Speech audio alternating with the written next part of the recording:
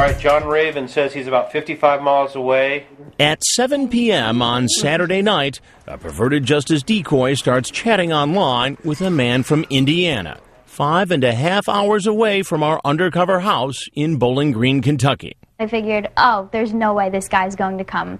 Calling himself John Raven 2000, he tells the decoy, who is posing as a 13-year-old, that he's 24 and says, "I'm too old to do anything with you." But that doesn't last long. Soon after, the sex talk begins. He asks the decoy about her last boyfriend.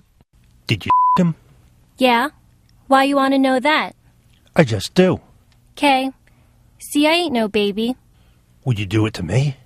Would you want me to? Yes. Yeah, it would be cool to try stuff out. You're cute. The chat continues for another 20 minutes. Then he gets in his car and starts driving. He's known the decoy for less than 2 hours. During the long drive, he talks to the decoy on the phone and reveals more about himself.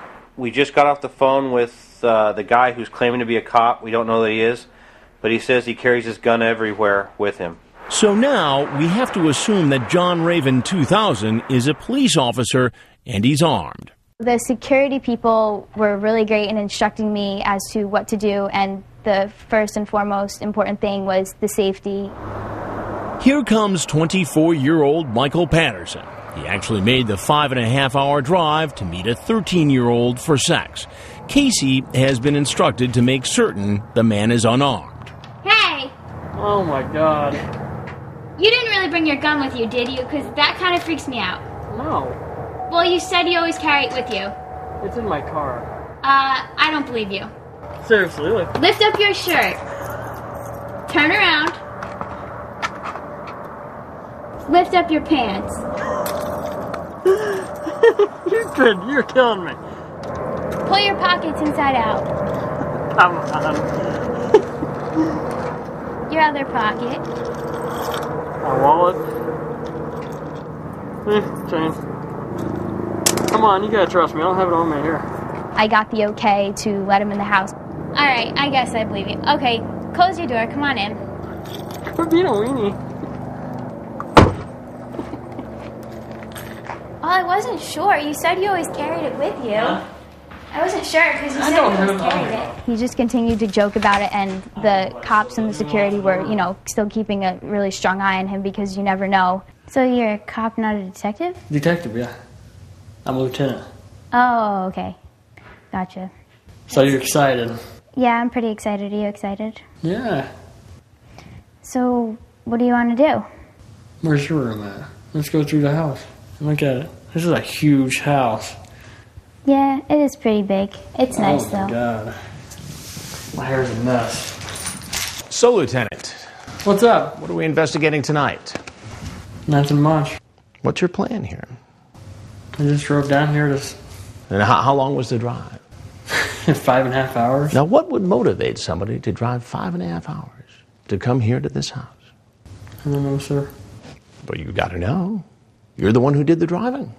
I know. Now, you're a lawman. So if you're doing the interview, what would you want to know most? Basically, why was I here? Yeah, why were you here? I'm just, I'm just lonely. I don't have anybody, and I need somebody to talk to. You knew she was 13. She told you. And I was kind of worried about it. I told her she was 5 years older. I wouldn't mind talking to her. But you kept talking anyway. Yeah. You wouldn't know what to do with me. Am I supposed to know what to do with old men? Only with me. So this is funny. I know. I'm sorry, sir. It's funny. What do you think should happen to a police officer who gets caught doing something like this? Well, really bad could happen. How long have you been in law enforcement? Just a year now. Explain to me why somebody with apparently so much going on would take that risk. I mean, it doesn't make sense to me. I'm going through a divorce partially. And so that makes it okay? No, it's not okay. It'll never be okay. Not for anybody. What do you suppose your chief's going to say about this? He's going to be too happy. Well, there's something you got to know. And it's I'm Chris Hansen with Dateline NBC. And we're doing a story on adults who try to meet young teens online for sex. I apologize, man to man. All right. He gathers up all his belongings and heads to the door, apparently thinking the worst is over. Because of the possibility that Patterson is armed, an officer acts more quickly than usual, calling out to him as soon as he opens the door. Sheriff's office! Patterson steps back into the house, and an officer shoots him with a taser gun. Only one probe stays attached, so the taser is unable to shock him and drop him to the ground.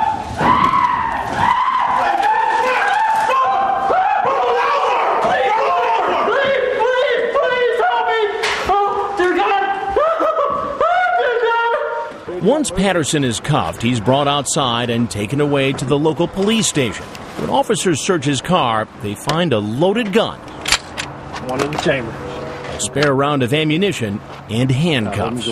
Later, he agrees to waive his rights and answer questions. I'd like to discuss with you why you're here. Now we hear the truth about the man claiming to be a detective. He tells the agent that he was only on the police force for a few months as a trainee before he was thrown off. It was a traffic violation. I violated their SOP, their standard operating procedure. He was out of his jurisdiction in his personal car using police lights. I got some blue red lights and I put them in my car. It was thrown out of court. So they dismissed me for that, but it was thrown out. How long ago was that? Just about like a month ago. But according to the local prosecutor, the case wasn't dismissed. He still faces the charge of impersonating a police officer. That wasn't his only run-in with the law. Patterson charged more than $1,400 on a credit card that had been mistakenly sent to him. He pleaded guilty to one count of theft, a misdemeanor, served 3 days in jail, and received 1 year probation. So you had intentions to at least have oral sex with her. Yeah. And how old did she tell you that she was? She said going on 14. I knew I screwed up talking to a girl that age. I knew. I'm not stupid. I'm not no creep, but...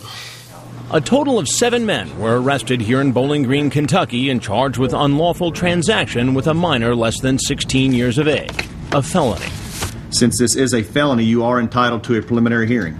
They've all pleaded not guilty. That brings the total number of potential predators arrested in a year by the Kentucky Attorney General's office to 27. We know that predators are now saying we're not coming to Kentucky. They're watching for us, so Kentucky's kids are safer. We've conducted 12 separate To Catch a Predator investigations now over the course of 3 years. And during that time, police have arrested more than 260 men, leading to more than 130 convictions. You can learn more about our predator investigations on our website. You'll also find a complete online safety guide, including advice on how to talk to your kids about the real dangers predators pose. Just log on to dateline.msnbc.com. That's all for this edition of Dateline Friday. I'm Chris Hansen. For Ann Curry and all of us at NBC News, good night.